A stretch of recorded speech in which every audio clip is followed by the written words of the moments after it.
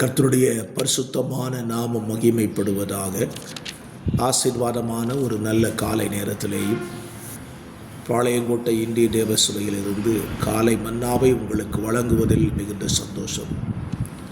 இந்த வருடத்தினுடைய 7வது மாதத்தின் கடைசி நாளை சந்திக்க காண செய்த தேவனுக்கு முதலாவது நன்றி சொல்லுவோம். இந்த நாளை கர்த்தர் உங்களுக்கு உங்கள் குடும்பத்திற்கும் ஆசீர்வாதமாய் மாற்றி தருவாராக. தலைவணங்கி ஜெபிப்போம். பரிசுத்த பிதாவே, நீர் தந்த புதிய நாளுக்காக நன்றி. இந்த நாளை ஆசீர்வதியும். இந்த மாதம் முழுவதும் அற்புதமாக எங்களை நடத்தி வந்தீர், ஸ்தோத்திரம். இந்த நாளையும் கடக்க உடைய பிள்ளைகளாய் எங்களுக்கு கிருபைத்தார். இந்த நாளின் ஆசீர்வாதத்தை, நன்மையை, பாதுகாப்பை உடைய கரத்திலிருந்து பெற்றுக்கொள்கிறோம். காலை தியானத்தையும் ஆசீர்வதியும்.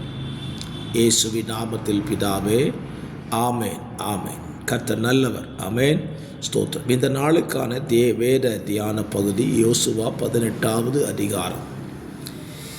இந்த அதிகாரத்தில் ஸ்தோத்திரம் 28 வசனங்கள் உள்ளடக்கி இருக்கிறது.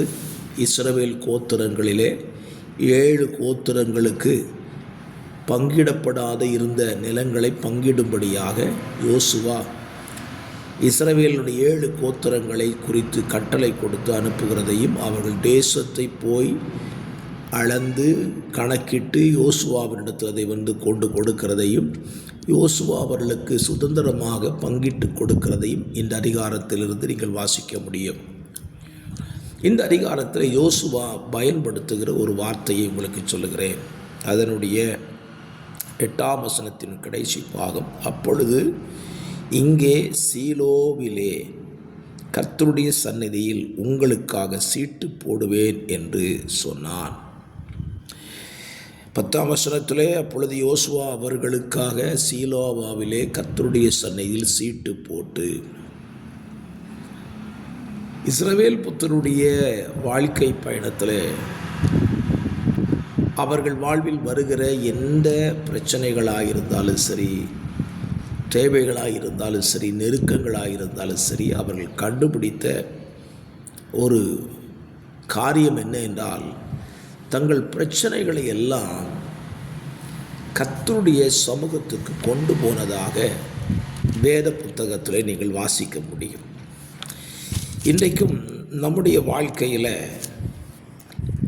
வாழ்க்கையில் ஏற்படுகிற பிரச்சனைகள், நன்மைகள் எதுவாக இருந்தாலும் சரி, நாம் சீலோவாவிலே அல்லது தேவ சந்நிதிக்கு அதை கொண்டு போக வேண்டும். 1 சாமுவேலின் புஸ்தகம் 1ஆம் அதிகாரம் 3ஆம் வசனத்திலே, அந்த மனுஷன் சீலோவிலே சேனைகளின் கர்த்தரை பணிந்து கொள்ளுவான் என்று எழுதப்பட்டிருக்கு. அப்படியானால் யோசுவாவினுடைய வாழ்க்கையிலே அவன் சந்தித்த தேசத்தை பங்கிட்டு கொள்ளுகிற விஷயத்தில் தன்னிச்சையாய் முடிவெடுக்காதபடி தேவ சந்நிதிக்கு கொண்டு போய் அங்கே இருந்து முடிவை எடுக்கிறான். இன்றைக்கு நம்முடைய வாழ்க்கையை நாம் சிந்தித்து பார்க்கலாம். நாம் சந்திக்கிற பிரச்சனைகள், தேவைகள், நெருக்கங்கள் எதுவாக இருந்தாலும் சரி, நாம் தேவ சந்நிதிக்கு அதை கொண்டு போகிறோமா அல்லது மனுஷரிடத்தில் கொண்டு போய் நிற்கிறோமா என்பதை நாம் அறிய வேண்டும். தேவ சமூகத்துக்கு கொண்டு போவோமானால் தேவ சமூகத்திலிருந்து நமக்கு நல்ல பதில்கள் கிடைக்கும். யெப்தாவை குறித்து நீங்கள் வேத புத்தகத்தில் வாசிக்க முடியும். நியாயாதிபதிகளின் புஸ்தகம் 11ஆம் அதிகாரத்தில் யெப்தாவை குறித்து எழுதப்பட்டிருக்கிறது.